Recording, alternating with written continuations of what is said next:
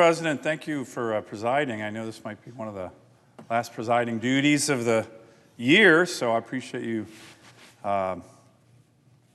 spending the time on the floor before you get to go home. And I want to talk about two issues today here on the Senate floor. One is a really important one. It's a policy issue that we have to solve.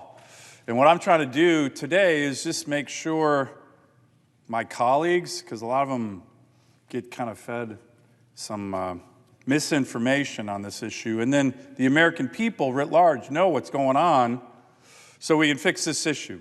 And I'm hoping the White House and the administration, Treasury Department, everybody's watching, because this is an easy one. Imagine this, Madam President, if someone came to you and said, all right, let's see, is there legislation that we could pass that would help end slave labor in China with the Uyghurs, help make sure we had a really strong environment for our oceans and our fisheries, help make sure we weren't funding the Russian war machine to go kill innocent civilians in Ukraine, help make sure we keep strong American coastal communities, and help promote the great American fishermen who work so hard all over this great nation, been doing it way before the founding of the Republic. If there's legislation that could do all those things, wouldn't you want to support it? Oh, and by the way, undermine our adversaries, the two big adversaries we have, Russia and China. Is there legislation pending in the U.S. Senate that could do all of these things? The answer is yes. Hell yes.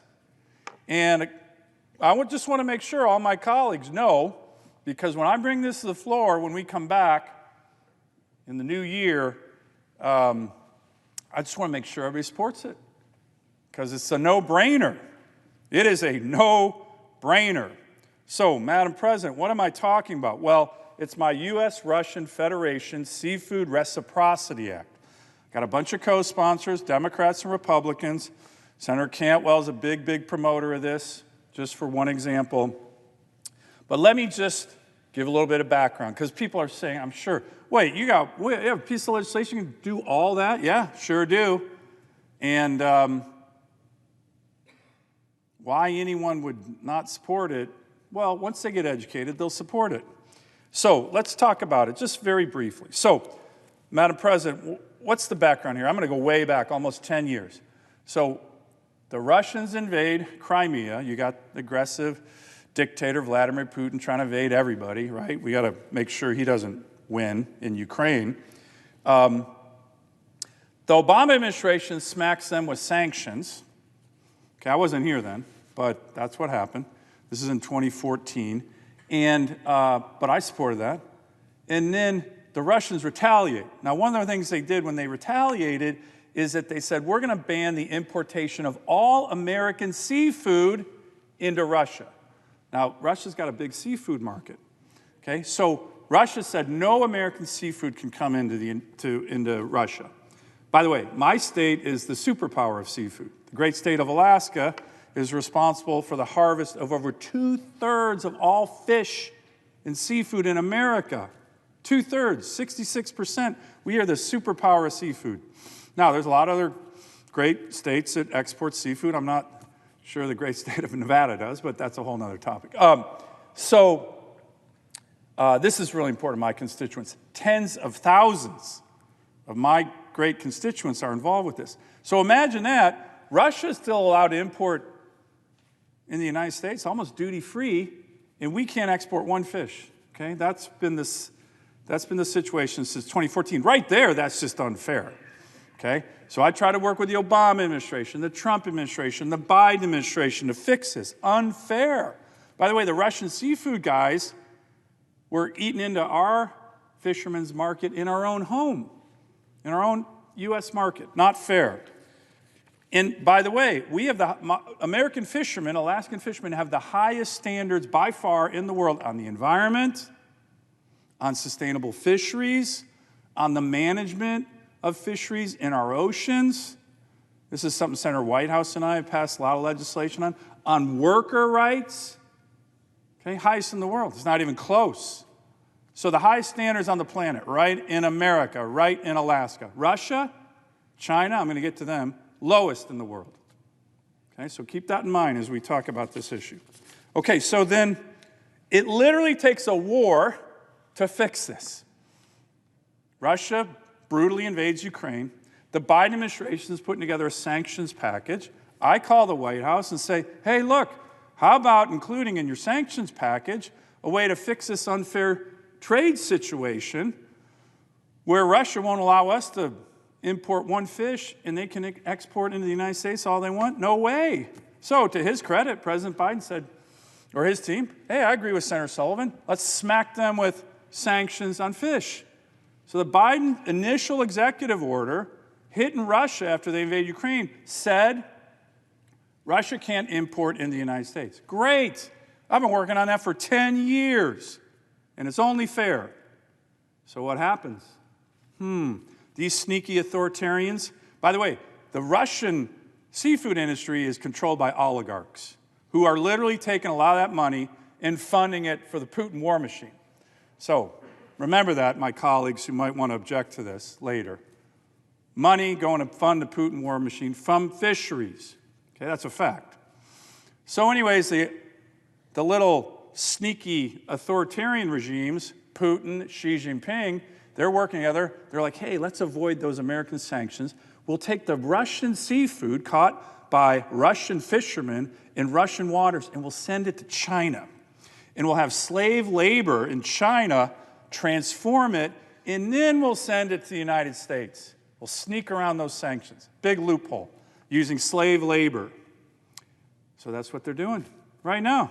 They're doing it every day. Hundreds of millions of dollars, if not in the billions, are avoiding these sanctions by saying, let's take the Russian seafood, worst environmental standards in the world, we'll send it to China, we'll use slave labor by the Uyghurs to transform it, and we'll call it Chinese fish, and then we'll send it into the American market. That is happening right now. Right now. So my legislation is simple. Closes the loophole. And by the way, Madam President, it's a really good idea because word's getting out that the Chinese fishing industry is a disaster. They take these big fleets, they go all over the world, they ravage the high seas, they ravage fisheries wherever they go. They're like, what's a good analogy? I don't know, rats in the water, right? They destroy the high seas fisheries. They go off the coasts of smaller countries in South America and Africa who don't have coast guards, can't enforce anything. They're literally like the abuser of the ocean in the world, China, okay? And then they use slave labor. How do I know? Because there has been article after article just in the last several weeks. Politico did a great article I'd like to submit for the record after my remarks, Madam President. This one's called, it's in Politico magazine, How Uyghur Forced Labor Makes Seafood That Ends Up in American School Lunches. I'd like to submit that for the record, Madam President. Without objection. There's New Yorker's done great work on this. One was titled, The Crimes Behind the Seafood You Eat. It's from the New Yorker. Americans know little about their seafood, how it's sourced. Much of it comes from a vast fleet of Chinese ships. On board, human rights abuses are rampant. I'd like to submit that for the record, Madam President. Without objection. And then another one from the New Yorker, the Uyghurs forced to process the world's fish. Okay? Slave labor. You know the Chinese, they try to dominate everything. They're trying to dominate the fishing industry at the expense of my fishermen. Unfair practices. The Uyghurs forced to process the world's fish. This is from the New Yorker in October of this year. The subheading is China forces minorities from Xinjiang province to work in industries around the country. As it turns out, this includes handling much of the seafood sent to America and Europe. I'd like to submit that for the record, Madam President. Without objection. So this is what's going on. Now, look, there's always a few companies out there, including in our great nation, and I'm not besmirching them or anything, but they kind of whine. And remember, this happened at the beginning of the Ukraine war. You might remember, Madam President, a lot of us, Democrats and Republicans, are like, hey, let's make sure we stop the Russian war machine, because right now America's importing a lot of Russian oil, okay? And the Europeans, the Germans in particular, are saying, and we're importing a lot of Russian gas. So some of us are like, well, hey, we're going to cut that off. Let's cut that off. Let's nail them. And you might remember at the beginning of the war, people were saying, even in this country, Biden administration, folks, well, we can't really cut off Russian oil. That'll hurt the American economy. What about those importers of Russian oil in America, those refineries who use Russian oil? What about those guys? In the Germans, same thing. Well, we can't really cut off the importation of Russian gas because, well, shoot, we use it.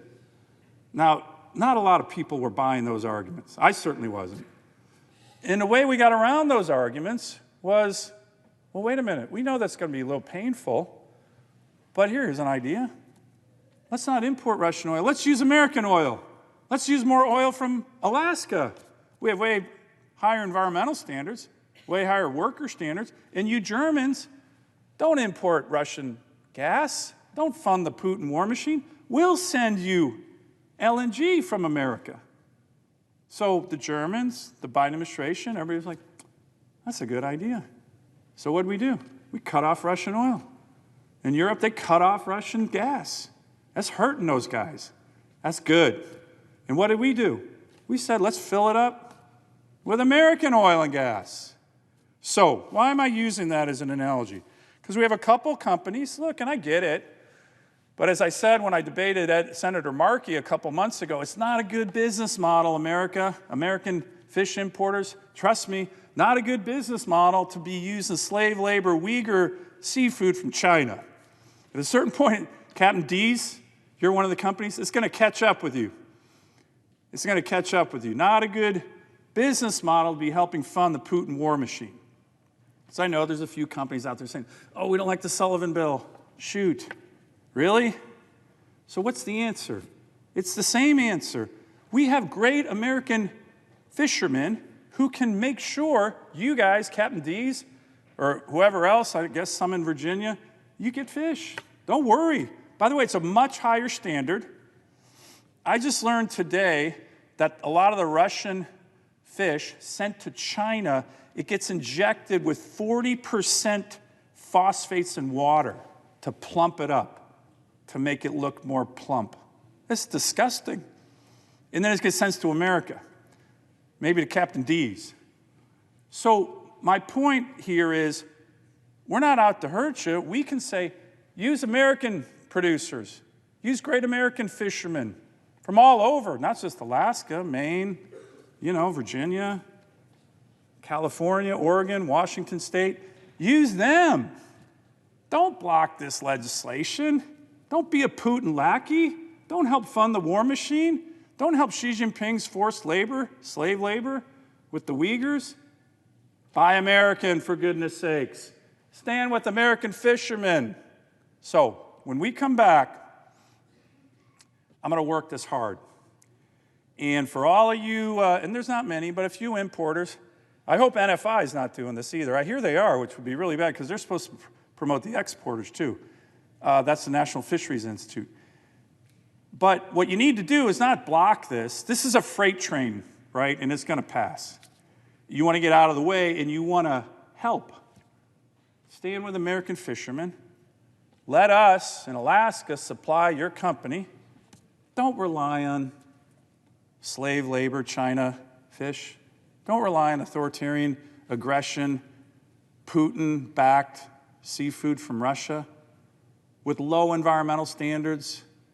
By the way, they're flooding the markets globally because they're worried. And they're hurting fishermen in America for sure. My fishermen, my fishing communities in my state are really hurting right now. This can help them. So, Madam President, we've been working on this hard. A lot of my Republican, Democratic colleagues are 100% with me. Like I said, there's a few importers who are kind of working the halls here. And my answer is, come on, be patriotic, stand with America, stand with American fishermen. Let's do legislation that can, what did I say at the beginning of my remarks? Now do you understand? help defeat slave labor, help the environment, help strong American fishermen, help worker rights, and go after Russian and Chinese abuses in the seafood industry.